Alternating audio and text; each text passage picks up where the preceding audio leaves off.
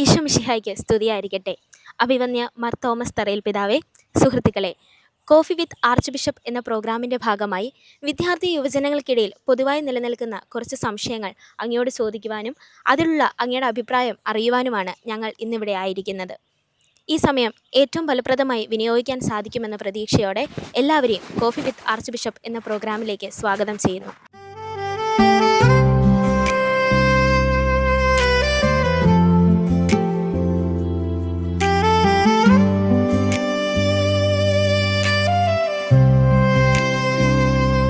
പിതാവേ, കാലത്തിനനുസരിച്ച് മാറുന്ന ഒരു ലോകത്താണല്ലോ നമ്മളെല്ലാവരും ജീവിക്കുന്നത്. അപ്പോൾ ഈ മാറ്റങ്ങൾക്കിടയിലും വിദ്യാഭ്യാസ രംഗത്ത് സംരക്ഷിക്കപ്പെടണം എന്ന് പിതാവ് ആഗ്രഹിക്കുന്ന കാര്യങ്ങൾ ഏതൊക്കെയാണ് എന്നൊന്ന് പറയാമോ? ജോസഫിൻ്റെ ചോദ്യം പ്രധാനമായിട്ടും വിദ്യാഭ്യാസ രംഗത്തെക്കുറിച്ചുള്ളതാണ്.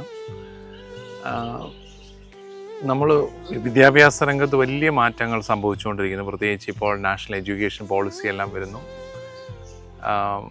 വിദ്യാഭ്യാസം ഒരു സർവീസ് സെക്ടറായിരുന്നു ഇത്രയും നാൾ.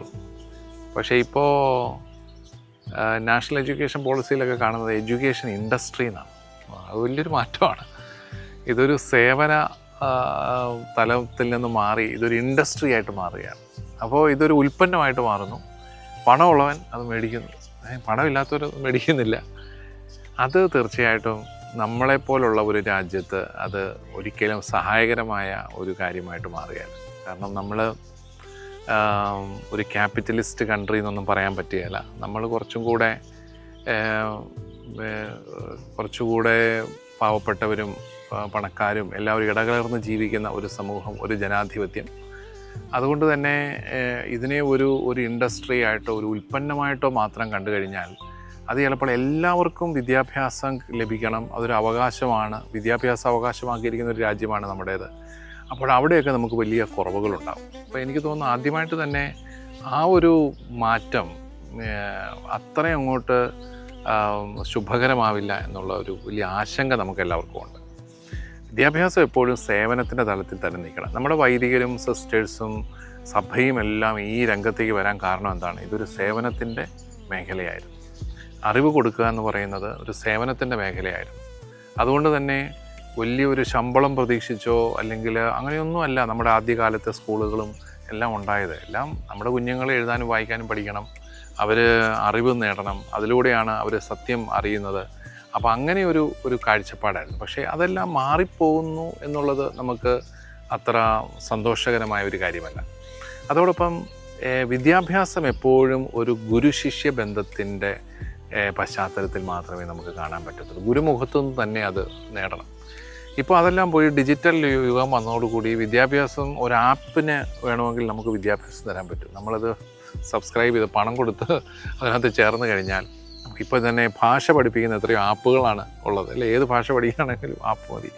അതുപോലെ ഓരോന്നിനും ആപ്പുകൾ ഡെവലപ്പ് ചെയ്ത് അതിലൂടെയൊക്കെ വരുമ്പോഴത്തേക്കും ഈ ഒരു ഗുരുശിഷ്യ ബന്ധം അങ്ങ് ഇല്ലാതെയായി പോവുകയാണ്. കാരണം ഗുരുക്കന്മാർക്ക് ശിഷ്യന്മാർക്കോ ശിഷ്യകൾക്കോ ഒത്തിരിയേറെ പരിശീലനം കൊടുക്കാനായിട്ട് സാധിക്കും. അതൊന്നും ഒരു AI-ക്കോ ഒന്നും സാധിക്കുകയല്ല, ഒരു ടെക്നോളജിക്ക് അത് ചിലപ്പോൾ സാധിക്കുകയല്ല. അതൊരു മനുഷ്യ വ്യക്തിയുമായിട്ടുള്ളൊരു ബന്ധമാണ്.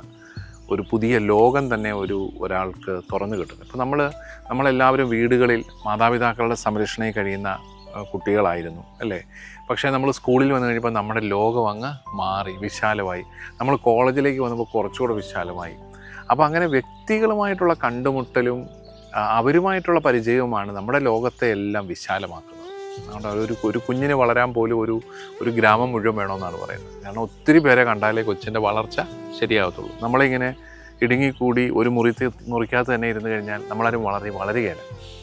അപ്പോൾ അത് വ്യക്തികളുമായിട്ടുള്ള ആ ഒരു ബന്ധം അത് വളരെയേറെ കുറഞ്ഞു പോവുകയും പലപ്പോഴും ഇങ്ങനെ ഈ ടെക്നോളജിയെ മാത്രം ആശ്രയിച്ചു പോകുന്ന ലെവലിലേക്ക് വിദ്യാഭ്യാസം മാറുകയൊക്കെ ചെയ്യുമ്പോൾ അത് നമ്മുടെ സംസ്കാരത്തെ തന്നെ സ്വാധീനിക്കാനായിട്ട് സാധ്യതയുണ്ട്. ഇത് എങ്ങനെ ആവും നമുക്ക് കൃത്യം ഒന്നും പ്രവചിക്കാൻ പറ്റുകയില്ല എന്ന് മാത്രമേ ഉള്ളൂ.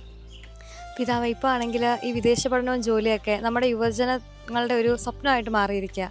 ഈ സമയത്ത് അവരങ്ങനെ പോകുമ്പം അത് നമ്മുടെ കേരളത്തിൻ്റെ ഒരു വിദ്യാഭ്യാസ നയത്തിൻ്റെ ഒരു പോരായ്മയായിട്ട് നമുക്ക് കണക്കാക്കാൻ കഴിയുമോ?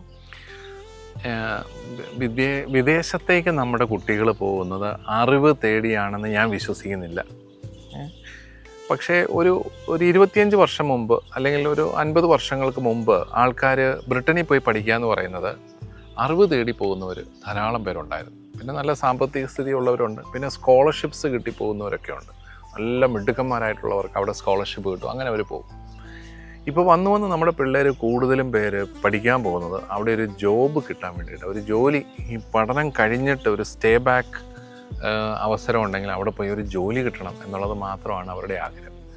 അതിനകത്തൊരു കുഴപ്പം, ഇവർ പഠിക്കുന്ന വിഷയത്തിൻ്റെ ജോലിയൊന്നും ആയിരിക്കില്ല അവിടെ കിട്ടുന്നത്, യാതൊരു ബന്ധമില്ലാത്ത കാര്യമായിരിക്കും. പക്ഷേ പണം കിട്ടും എന്നുള്ളത് കൊണ്ട് എന്ത് ജോലിയും ചെയ്യാൻ തയ്യാറായി.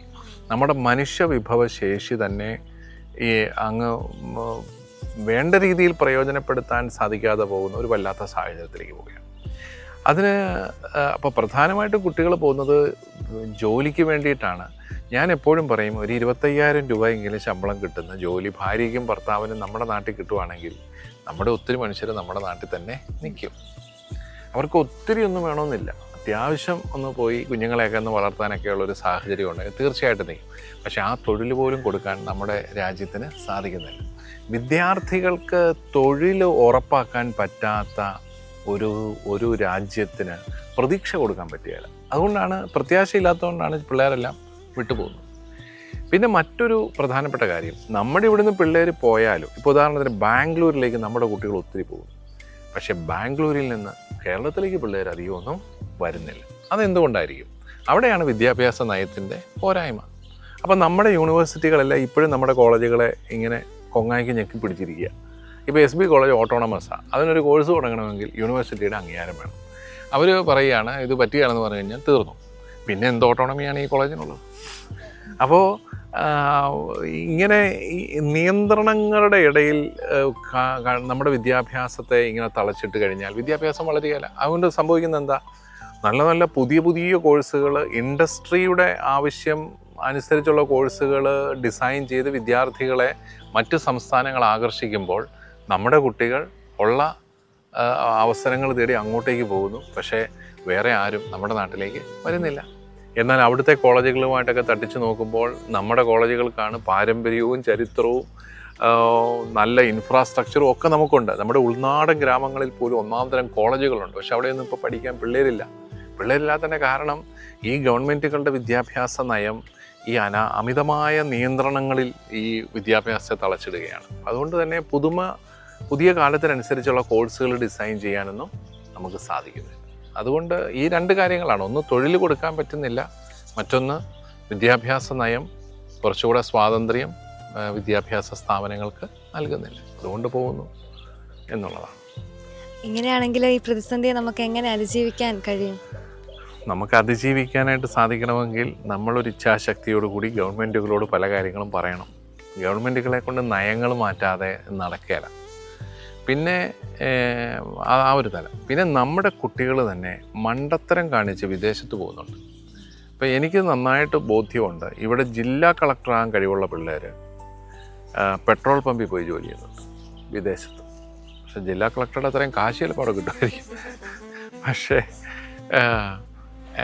ഇവിടെ പാത്രം പോലും കഴുകാത്ത പാർട്ടികൾ അവിടെ പോയി രാത്രി ഉറക്കളച്ചിരുന്ന് പാത്രം കഴുകുന്നുണ്ട്. അപ്പം നമുക്ക് വേണ്ട ഒരു കാര്യം, നമുക്ക് കുറച്ചുകൂടെ റിയാലിറ്റി മനസ്സിലാക്കണം. ഈ വിദേശത്തേക്ക് പോകുന്ന കുട്ടികൾ കുറച്ച് പേരൊക്കെ പൊക്കോട്ടെ, കാരണം ഇവിടെ എങ്ങും ജോലിയൊന്നുമില്ല, കുറച്ച് പേര്. പക്ഷേ കഴിവുള്ള കുട്ടികൾക്കെങ്കിലും ഇവിടെ ഒന്ന് നിൽക്കാമല്ലോ. ഇപ്പോൾ കേരളത്തിൽ ജോലി കിട്ടത്തില്ലായിരിക്കും, പക്ഷേ തമിഴ്നാട്ടിൽ ജോലി കിട്ടും. അല്ലെങ്കിൽ മഹാരാഷ്ട്രയിൽ പോയാൽ, ബോംബെ പോയി ചെന്ന് കഴിഞ്ഞാൽ, മുംബൈയിൽ പോയി ചെന്ന് കഴിഞ്ഞാൽ ജോലി കിട്ടും. ഹൈദരാബാദിൽ ജോലി ഉണ്ടല്ലോ. അപ്പോൾ വലിയ മഹാനഗരങ്ങൾ ഇന്ത്യയിൽ തന്നെയുണ്ട്, ജോലി കൊടുക്കുന്ന നഗരങ്ങളുണ്ട്. അപ്പോൾ അവിടേക്കൊക്കെ പോയാൽ അവിടെ ഇപ്പോഴും ജോലി കിട്ടും. പക്ഷെ അവിടെയൊന്നും ഇപ്പോൾ ആരും പോകുന്നില്ല. ഇപ്പോൾ നമുക്കറിയാം, നമ്മുടെ ഒത്തിരി ആൾക്കാർ മുംബൈയിലും പിന്നെ നോർത്ത് ഇന്ത്യയിലും ഒക്കെ ഉണ്ടായിരുന്നു. പക്ഷേ അവിടെ നിന്നെല്ലാം ആൾക്കാർ തിരിച്ചു പോകുന്നു, അവരുടെ മക്കളാരും അവിടെ നിൽക്കുന്നില്ല, അവരെല്ലാം വിദേശത്തും പോവുക. അവിടെയൊക്കെ ജോലി തേടി പോകുന്നവരുണ്ടായിരുന്നു, ഇപ്പോഴും ചിലപ്പോൾ കിട്ടുമായിരിക്കും. പക്ഷെ ആരും അതിനു വേണ്ടിയിട്ടൊന്നും ശ്രമിക്കുന്നില്ല. അതാണ്. അപ്പം നമ്മുടെ കുട്ടികളുടെ ചോയ്സുകളും മാറിപ്പോകുന്നു. ഇപ്പോൾ ഉദാഹരണത്തിന് central university entrance exam, entrance test CUET എത്ര പേര് നമ്മൾ ട്രൈ ചെയ്യുന്നുണ്ട്? ഞാനിത് പലരോടും ചോദിച്ചു, അവർ കേട്ടിട്ട് പോലുമില്ല. നമുക്ക് ആകപ്പാടെ അറിയാവുന്ന 2 എൻട്രൻസ്, ഒന്ന് നീറ്റും ഒന്ന് കീമുമാണ്. ഇതല്ലാതെ വേറെ ഒത്തിരി പോസിബിലിറ്റീസ് ഉണ്ട് ഇന്ത്യയിൽ തന്നെ. അപ്പോൾ ചില ഇൻസ്റ്റിറ്റ്യൂട്ട്സിൽ പഠിച്ചാൽ അവർക്ക് അതേപടി ജോലി കിട്ടുക. അവർക്ക് ക്യാമ്പസ് സെലക്ഷൻ തന്നെ കിട്ടുന്നു, വലിയ ജോലി കിട്ടുന്നു, പ്രൈവറ്റ് മേഖലകളിലൊക്കെ വലിയ ജോലി കിട്ടും. പക്ഷേ നമ്മുടെ പിള്ളേർക്കൊന്നും അറിയത്തില്ല. എല്ലാവർക്കും കൂടെ ഒന്നുകിൽ ഡോക്ടറാവുക, അല്ലെങ്കിൽ എഞ്ചിനീയർ ആവുക, അല്ലെങ്കിൽ വിദേശത്ത് പോവുക.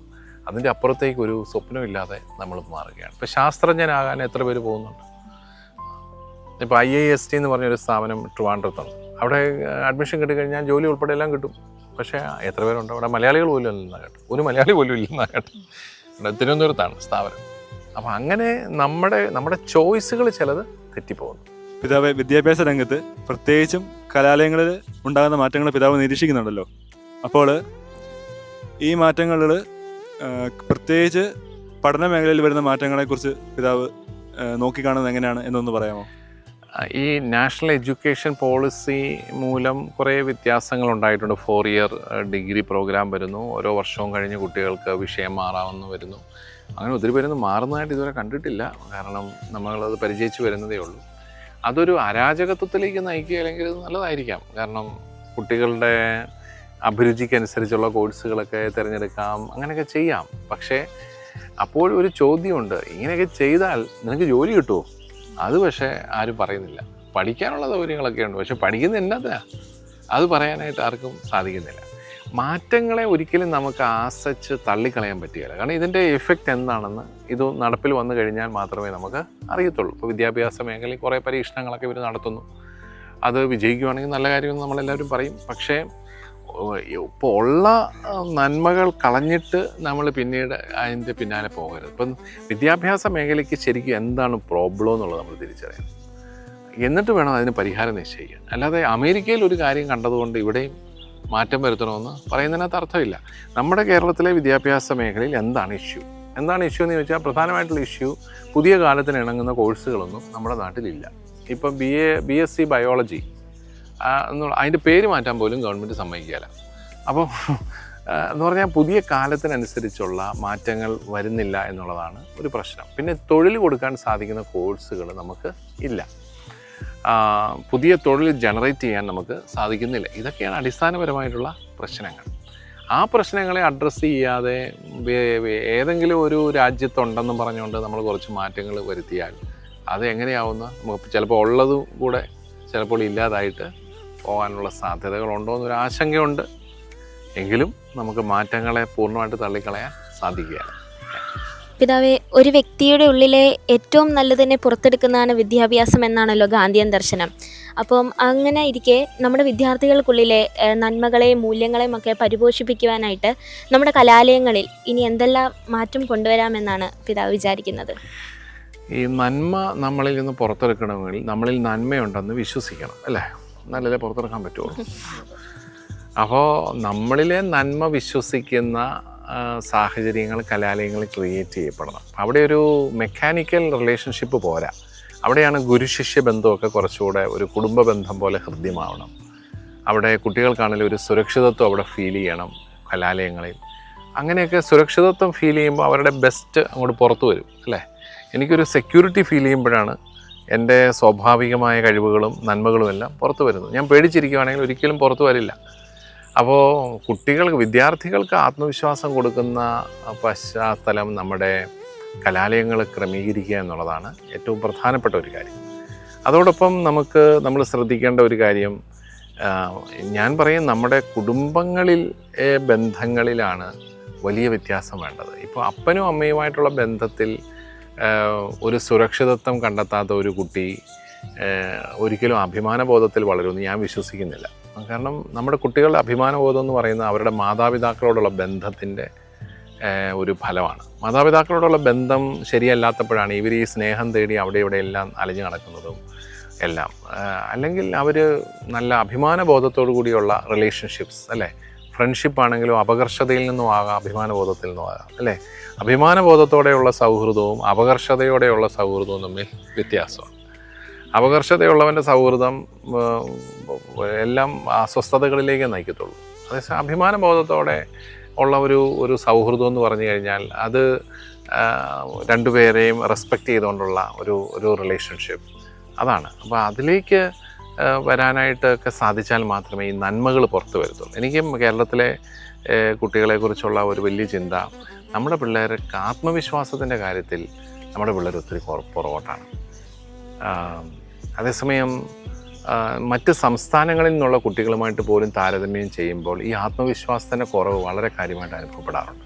നിങ്ങൾ ഒരു കാലത്ത് പറയുമായിരുന്നു, നിങ്ങൾ ശ്രദ്ധിച്ചിട്ടുണ്ടാവും, ബീഹാറിൽ നിന്നൊക്കെയുള്ള വിദ്യാർത്ഥികളാണ് സിവിൽ സർവീസ് പരീക്ഷകളിൽ ഏറ്റവും മുന്നോട്ട് വരുന്നത്. എന്നാൽ ബീഹാർ പോലുള്ള സംസ്ഥാനത്തിൻ്റെ എഡ്യൂക്കേഷണൽ സ്റ്റാൻഡേർഡും കേരളത്തിൻ്റെ എഡ്യൂക്കേഷണൽ സ്റ്റാൻഡേർഡും എന്താണ്? പക്ഷേ അവിടുത്തെ കുട്ടികൾക്ക് കുറച്ചും കൂടെ അവർ കോൺഫിഡൻ്റ് ആണ്. അവരെ വളർത്തിക്കൊണ്ട് വരുന്ന രീതികളാവാം, അവർക്ക് കിട്ടുന്ന സാഹചര്യങ്ങളുടെ നന്മയാവാം. അപ്പോൾ അതുകൊണ്ട് കുറച്ചുകൂടെ വിദ്യാർത്ഥികളെ അഭിമാന ബോധത്തിൽ വളർത്തുന്ന സാഹചര്യങ്ങൾ ഒരുക്കി കൊടുക്കുന്ന ക്യാമ്പസുകൾ നമുക്കുണ്ടാവണം. വിദ്യാർത്ഥികളും അധ്യാപകരും എല്ലാം അതിനനുസരിച്ച് മാറുകയും ചെയ്യണം. സൈക്കോളജിയിൽ അറിവും അനുഭവജ്ഞാനവും ഉള്ള വ്യക്തിയാണല്ലോ അങ്ങ്. ഇപ്പോഴത്തെ നമ്മുടെ യുവതലമുറ എല്ലാ സാഹചര്യങ്ങളും ഉണ്ടായിട്ട് പോലും എന്തെങ്കിലും ഒരു ചെറിയ പ്രയാസമോ പ്രതിസന്ധി വരുമ്പം തളർന്നു പോവുകയാണ്. ഇത് അങ്ങനെ തോന്നിയിട്ടുണ്ടോ എപ്പോഴെങ്കിലും? ഇങ്ങനെ ഇത് നമ്മൾ എങ്ങനെ അതിജീവിക്കും? അത് ഞാൻ നേരത്തെ പറഞ്ഞതിന് തുടർച്ചയായിട്ടാണ്. അതായത് ആത്മവിശ്വാസം കുറവാണ്, ജീവിതത്തെ നേരിടാനുള്ള ആത്മവിശ്വാസം കുറഞ്ഞു വരുന്നു. അതിൻ്റെ ഒരു കാരണം ചലഞ്ചസിനെ നേരിടാനുള്ള ഒരു ഫോർമേഷൻ നമുക്ക് കിട്ടുന്നില്ല. നമ്മുടെ ഏറ്റവും വലിയ പ്രശ്നം നിങ്ങളുടെയൊക്കെ പേരൻസാണ് നിങ്ങൾക്ക് വേണ്ടി ഒത്തിരി കാര്യങ്ങൾ ചെയ്യുന്നു എന്നുള്ളത് തന്നെയാണ്. ഞാൻ 4ാം ക്ലാസ് മുതൽ തുണി അലക്കി തുടങ്ങിയ ഒരാളാണ്. സ്വന്തം തുണി കല്ലിലിട്ട് അലക്കി തുടങ്ങണം. കാരണം അന്ന് വാഷിംഗ് മെഷീൻ ഇല്ലല്ലോ. അപ്പം ഉണ്ടെങ്കിലും നമ്മുടെ ഒന്നും സാധാരണ വീടുകളിൽ ഈ സാധനം കാണാനില്ല. പിന്നെ ഒത്തിരി മക്കളുണ്ട്, അമ്മയ്ക്ക് എല്ലാവരുടെയും കൂടെ തുണിയൊന്നും കഴുകാൻ പറ്റുകയില്ല. അതുകൊണ്ട് നമ്മൾ തന്നെ കഴുകണം. പക്ഷേ അങ്ങനെയാണ് നമ്മുടെ കൈക്കൊക്കെ ബലം വെക്കുന്നത്. അതുപോലെ നടന്ന് സ്കൂളിൽ പോകും. അത് ചങ്ങനാശ്ശേരിയിലെ എൻ്റെ വീട്ടിൽ നിന്ന് സെക്രട്ടേറിയറ്റ് സ്കൂൾ വരെ അപ്പം നടന്നു പോകാൻ അന്ന് ഇഷ്ടംപോലെ പേരുണ്ട് കൂടെ നടക്കാൻ. അപ്പം ഞങ്ങൾ ഇങ്ങോട്ട് നടക്കും, അവിടുന്ന് കുറേ പേര് ഇപ്പുറത്തോട്ട് സെൻറ്റ് ജോസഫ് സ്കൂളിലേക്ക് നടക്കുന്നു, SB ഹൈസ്കൂളിലേക്ക് നടക്കുന്നു. നടപ്പാണ്, ഭയങ്കര രസമായിരുന്നത്. അപ്പോൾ അങ്ങനെയാണ് ഈ കാലൊക്കെ ഉറയ്ക്കുന്നത്. ഈ നടന്നാണ്. ഇപ്പോഴത്തെ പാർട്ടികൾ സ്കൂൾ ബസ്സിൽ നിന്ന് ഇറങ്ങുന്നില്ല. പിന്നെ കാലുറയ്ക്കാനൊരു മാർഗ്ഗവും പിന്നെ കൈ ഉറയ്ക്കാനായിട്ട് ജോലിയൊന്നും ചെയ്യുന്നില്ല. എല്ലാ ജോലികളും മാതാപിതാക്കൾ തന്നെ ചെയ്യുന്നു. കടയിൽ പോകാനായിട്ട് അറിയത്തില്ല, ചന്തയിൽ പോയാൽ ഒരു സാധനം മേടിക്കാൻ അറിയത്തില്ല, മരുന്ന് മേടിക്കാൻ പറഞ്ഞാൽ അവൻ പലചരക്ക് കടയിൽ പോയി ചോദിക്കും, കാരണം ഇവനറിയത്തില്ല. അപ്പോൾ ഇതാണ് നമ്മുടെ ഒരു വലിയ പ്രശ്നം. നമ്മൾ ഈ പാമ്പറിങ്ങിലൂടെ നഷ്ടപ്പെട്ടു പോയതാണ്. അല്ലാതെ ഈ സ്വന്തം കാര്യം ചെയ്യാനായിട്ടുള്ള ഒരു ആത്മവിശ്വാസം കൊടുക്കുന്നതിൽ നമ്മുടെ പേരൻറ്റിങ്ങും പരാജയപ്പെട്ടു പോയി. അതൊരു വലിയ കുറവാണ്. പേരൻറ്റിങ്ങിൽ ഈ കാലഘട്ടത്തിൽ വന്നു പോയിട്ടുള്ള ഒരു വലിയ അപജയമാണ്. എല്ലാം പിള്ളേർക്കെല്ലാം ചെയ്തു കൊടുക്കുക, അവരെ കൊണ്ട് ഒരു ജോലിയും ചെയ്യുക, ഇതൊക്കെയാണ് ഏറ്റവും നല്ല പേരൻറ്റിങ് എന്ന് നമ്മുടെ പേരൻസൊക്കെ തെറ്റിദ്ധരിച്ചു പോയി. അല്ലാതെ അവനെ കൊണ്ട് ഓരോ കാര്യങ്ങൾ ചെയ്യിച്ച് പഠിപ്പിക്കണം എന്നുള്ളൊരു ചിന്തയില്ല, അല്ലേ? ഈ ഓരോ സ്റ്റെപ്പും കയറിയാണല്ലോ നമ്മുടെ കുഞ്ഞുങ്ങൾ ആത്മവിശ്വാസം നേടുന്നത്. അല്ലാതെ അമ്മയെടുത്ത് സ്റ്റെപ്പിൻ്റെ മുകളിലോട്ട് വെക്കുമ്പോഴല്ലല്ലോ. അപ്പോൾ അത് തന്നെ ഇപ്പോൾ കഴിഞ്ഞ ദിവസം മഹാത്മാഗാന്ധി യൂണിവേഴ്സിറ്റിയുടെ വകയായിട്ടൊരു വാർത്ത ഞാൻ പത്രത്തിൽ കഴിഞ്ഞ വർഷം വായിച്ചത്, ഇനി കുട്ടികൾക്ക് മാനസിക സമ്മർദ്ദം ഉണ്ടാകരുത്, അതുകൊണ്ട് മാനസിക സമ്മർദ്ദം ഒഴിവാക്കാൻ വേണ്ടിയിട്ട് പരീക്ഷകൾ ഒഴിവാക്കുന്നോ, പിന്നെ ഈ പുസ്തകം നോക്കി എഴുതാൻ നിങ്ങൾക്ക് തുടങ്ങിയോ? അത് ഇല്ല. Open book exam. കാരണം ഈ മനപ്പാഠമാക്കി പിള്ളേർ ആകപ്പാട് ടെൻഷൻ അടിക്കുകയാണ്. അതുകൊണ്ട് അതും ഒഴിവാക്കാൻ വേണ്ടിയിട്ട്. അപ്പോൾ ഞാൻ ഓർക്കുകയായിരുന്നു, ഇത് ഏത് വിദ്യാഭ്യാസ വിശാരദനാണ് ഇത് ഉപദേശിച്ചത്? കാരണം കുട്ടികൾക്ക് ആത്മവിശ്വാസവും അവർക്ക് ഈ ബുദ്ധിമുട്ടുകളെ നേരിടാനായിട്ടുള്ള പരിശീലനം കിട്ടുന്നതാണ്. അവൻ പരീക്ഷ എഴുതി, അതിൻ്റെ ടെൻഷൻ അവൻ അനുഭവിക്കണം. പരീക്ഷ എഴുതി തോറ്റുപോയി, അതുകൊണ്ട് വീട്ടിൽ പോകുന്ന ഒരു വല്ലാത്ത അവസ്ഥയുണ്ട്. അവിടെ ചെന്ന് അവിടുന്ന് വായിരിക്കുന്ന മുഴുവൻ കേട്ട് പിറ്റേ ദിവസം ക്ലാസ്സിൽ വന്ന് സാറിൻ്റെ മുഖത്തൊക്കെ വീണ്ടും നോക്കി അങ്ങനെയാണ് അവൻ പഠിക്കുന്നത്. അവനങ്ങ് സ്ട്രോങ് ആകുന്നത്. ഇപ്പം അതൊന്നും വേണ്ട. ഇപ്പം കുഞ്ഞുങ്ങൾ അതൊന്നും വേണ്ട.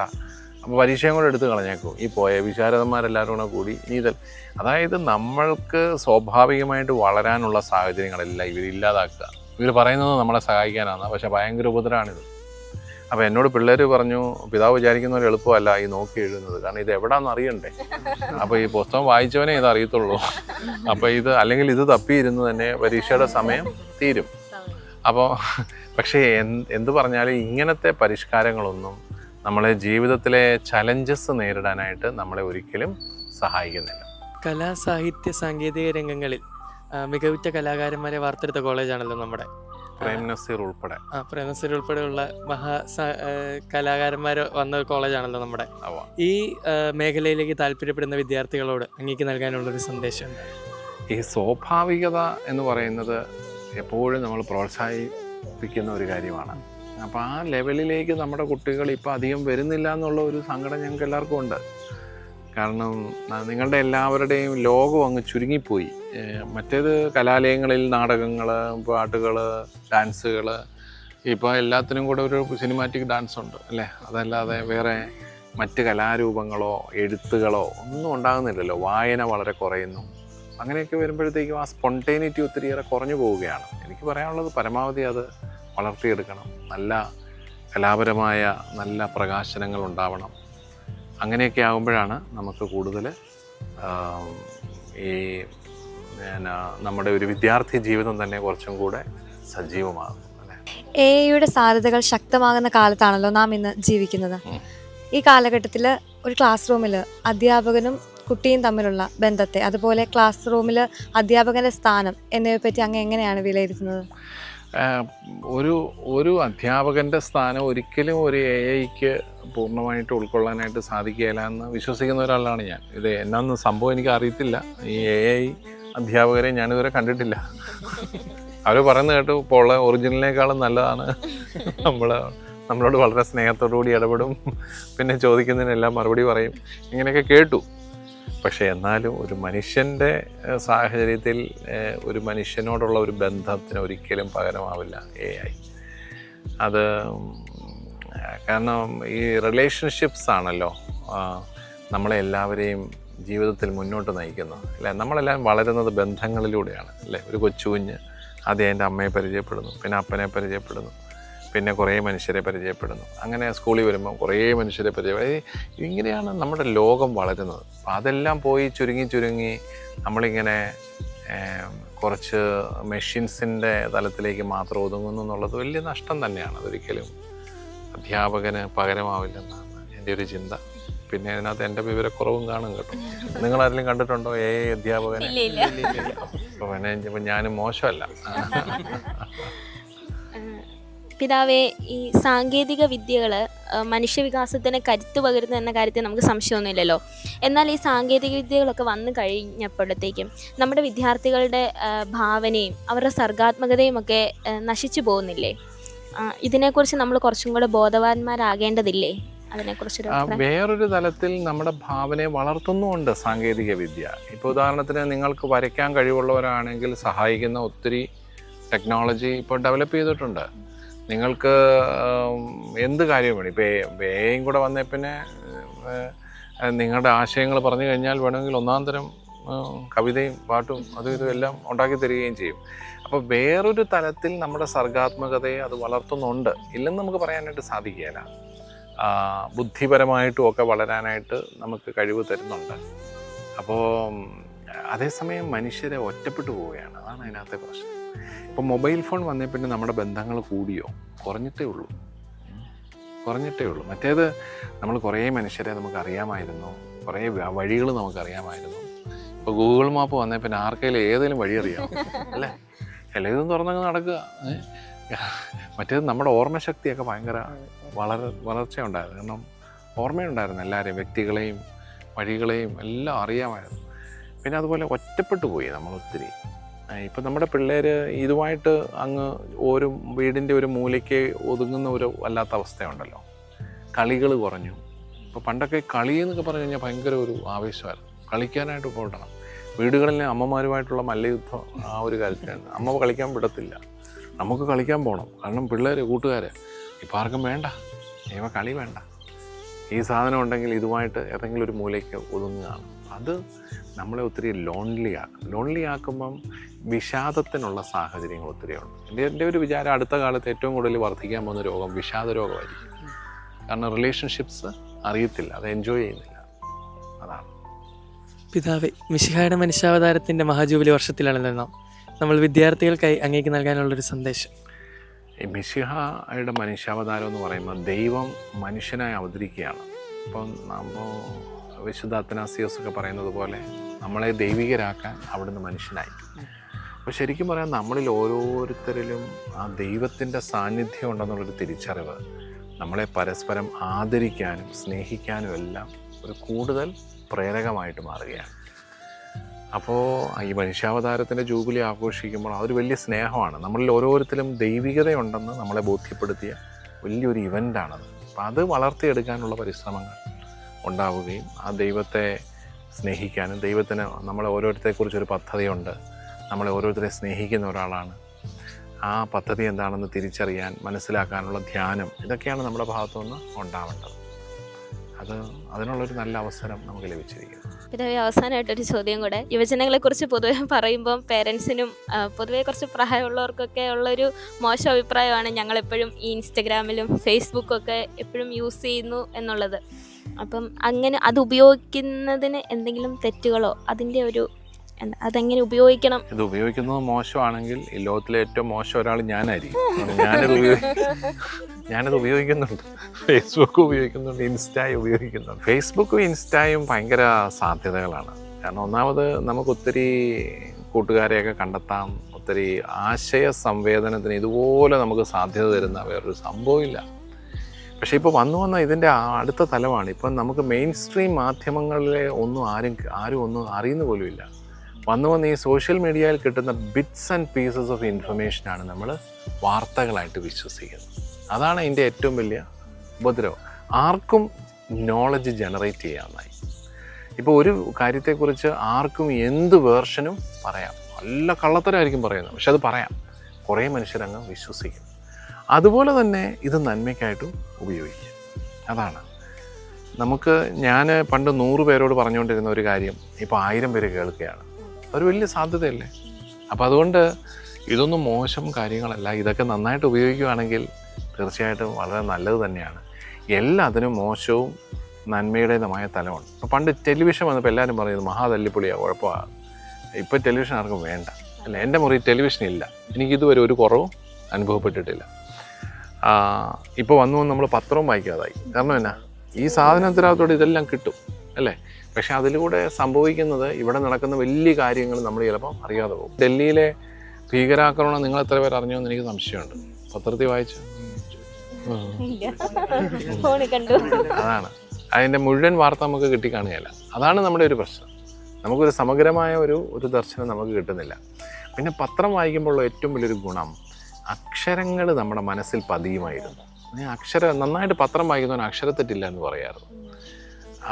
ഇപ്പം അക്ഷരങ്ങളുമായിട്ടുള്ള ആ ബന്ധം അങ്ങ് പോയി.